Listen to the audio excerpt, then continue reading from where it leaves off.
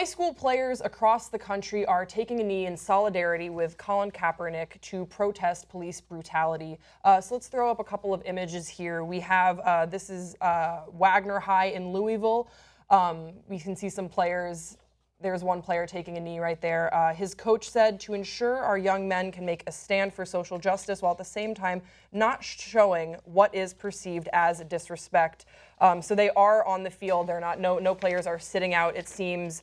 Then we have another photo, and this is from Virginia. We have some other players taking a knee in the end zone.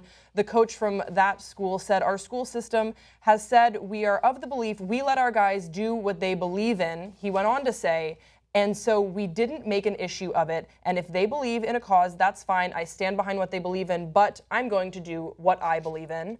So I think that's pretty noble. And then we have another photo, and this one is coming from Auburn High School in Rockford, Illinois, and we see a couple of players taking a knee again. And what I like about this caption, the guy says, "If you think this is a problem in America, newsflash, you are the problem. Big up to these young men. Fix the problem, not the protest." So I want to get your thoughts on this a little bit. Obviously, the protest of football players, the peaceful, silent protest of football players has really caught national attention. Right. Do you think that this is warranted? Do you think that they are doing the right thing? Do you think how the coaches are responding is okay? First of all, one of these high schools, I think in Massachusetts, there was a tweet from one of the players who actually had taken a knee he said he got suspended yesterday. Wow. Today it came out that they were considering suspending him, but the school board decided not to, and this was in the Massachusetts local area. So a lot of different cities and towns are reacting differently to these players. Again, it's a bigger thing. It's not a disrespect to the country. It's not a disrespect to the military. These people are speaking out against social injustice, and that's what it's for. That's why Colin Kaepernick did this. That's where this all began from. You know. And if you ask a lot of veterans, even they will say, what we're fighting for is the right to dissent. Exactly. You know, the constitutionally protected right of free speech and to protest the government. And so, you know, I think that it's great that it's happening. I think it's great that a lot of these coaches are at least being fair enough to be like, okay, I may not agree with this, but I'm not going to stand in the way of you doing it.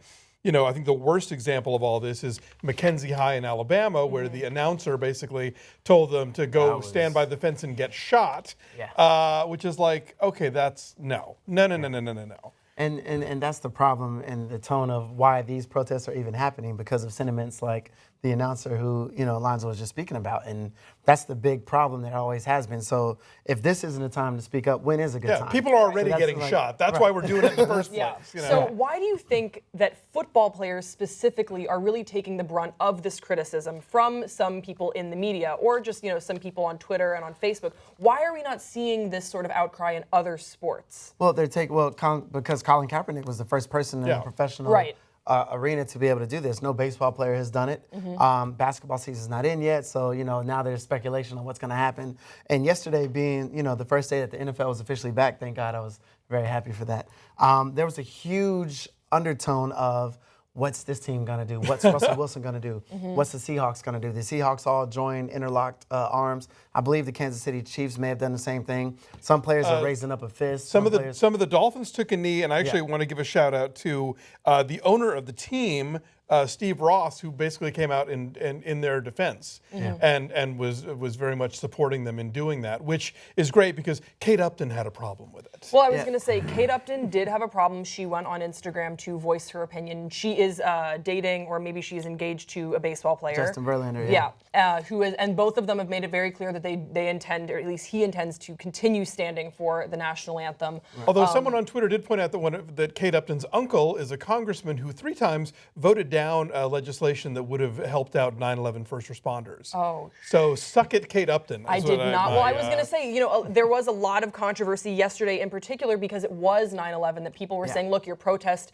is valid, but not today. What do you guys think about that? Well, again, this is like one of those situations, and I'm going to speak from a personal standpoint because I'm friends with Kate and I'm friends with Justin, and I got a lot of messages this morning from another mutual friend of ours saying like, hey, you're not going to come to her defense. And I said, hey, we all can speak on how we want to speak, but I don't agree with what she said. And me being a Navy veteran myself, I don't have a problem with the way these people are protesting because I know it's not about the military. I know it's not about you know, all the situations that people are trying to make it about. It's about social injustice. Yes. That is a common denominator. That is what the problem is. And yesterday, we tried to turn it into a whole 9/11 thing, which obviously was 9/11. And not saying that that was a negative thing, but I feel like they were saying that, oh, today it's 9/11, you got to stand up today. Yeah. No, we're not protesting 9/11. We're behind our country. We're trying to bring it back together to where it was. And when you start saying, well, you can protest, but not today. Not today. That's like those bullshit free speech zones that came up during the Bush administration. One of the most Orwellian names, by the way, of anything in the modern era, where basically if you wanted to protest a Bush appearance, they stuck you in like a pen 2 blocks away from all the action. And that was your free speech zone. So the idea that 9/11 is this sacrosanct moment where we're not allowed to protest anything, again, if we're talking about, you know, an attack on America, an attack on America's freedoms, one of those freedoms is dissent and is the right to protest. And what makes this country great in a way that a lot of other countries aren't is that we're supposed to have the right to stand up and vocally complain about our government and point out when our government is doing the wrong thing. Right. One of my favorite exchanges about this actually was on Twitter yesterday. Rob Lowe was playing the 9/11 card and saying, you know, oh, not today, not today. And whoever is tweeting at HoneyBadger10 basically suggested that Mr. Lowe go read MLK's letter from a Birmingham jail when it comes to white moderates telling black people when they should and shouldn't protest. Wow. And I think you bring up also a good point about Colin Kaepernick and just how we are articulating this issue. People really sort of vilified Colin Kaepernick before I'd even had a chance to see what he was saying. Right. And that was really a disservice that was done by the media. But when you look at what he's saying, he's being incredibly reasonable and respectful. This is, to me, it's like the pinnacle of a peaceful protest. He's using the platform that he has been given with his talents to, you know, protest, to make a statement peacefully, respectfully. And I think that you made a good point also that it's not saying anything about our military. I think that's such a mischaracterization of what of what this is, what is going on here. A lot of the things I'm seeing on Twitter and on Facebook, they keep bringing the military into it and our servicemen, and that is really not what anyone is protesting here. But that's such a typical right-wing dodge, though, to like hide behind the troops, the same troops, by the way, you know, whose VA funding you're constantly undercutting, and who you're not going to support in the field, and you're not going to support when they come home. But you know, the second that anybody tries to say anything that's a protest, oh no, our precious troops, how dare you defame, you know, our country? And it's that bullshit America right or wrong, love it or leave it kind of thing. It's like, no, that's not how America works. The point of America is that when shit is broken, you get to say it out loud and you get to be the squeaky wheel until somebody fixes the goddamn thing. Together we can change the media, make it more representative of you and not the powerful. Come join us, make a difference. tytnetwork.com/join.